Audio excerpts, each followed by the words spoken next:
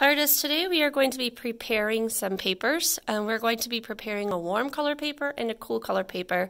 And these papers are going to be used for a collage. So we are not going to be painting any specific pictures or things. We're basically just filling our paper up with colors of paint.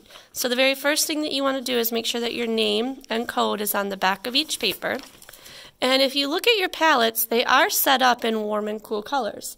Remember that warm colors remind us of warm things like the sun, so we've got reds, oranges, and yellows. Cool things remind us of cool things like the sky or cold weather, so I think of blues, purples, and greens when I think of cool colors. So for each paper, you're going to choose one color scheme. One color scheme is going to be warm and one is going to be cool. So when you are creating a painted paper, it really doesn't matter what you start with, but you do want to make sure that you are not contaminating colors for other people to use in your palette. So just like we normally would do when we're regularly painting, we're still using our messy mat to clean brushes, we're using our sponge to clean brushes, and we are using our water to clean brushes. So I'm going to try to make everything kind of visible in the video.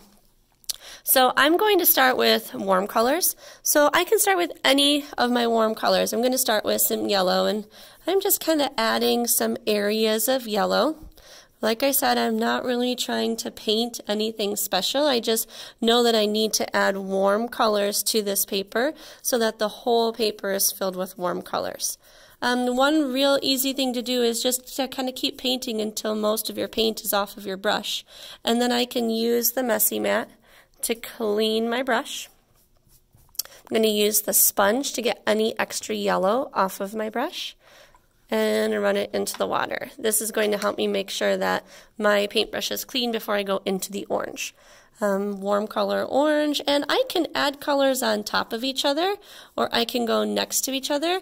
I'm trying to not leave any white paper. Minimal white is okay, so if there are a few white spots still left, it's not a big deal. I'm going to do the same thing with the orange that I did with the yellow. I'm going to try to get most of my color off on my paper. I'm going to use the messy mat, the sponge, and the water before I get my red paint.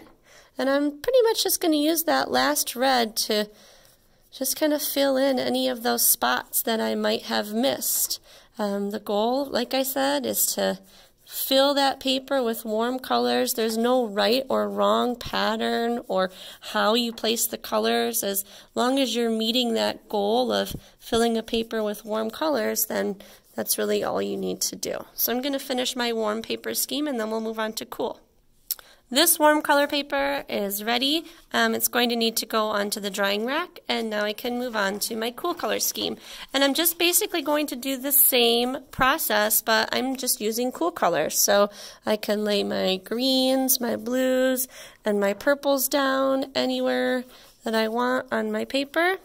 When I am switching colors, I want you to try to be really careful. I accidentally got some green into the red right there. That might upset somebody if I was sharing this palette.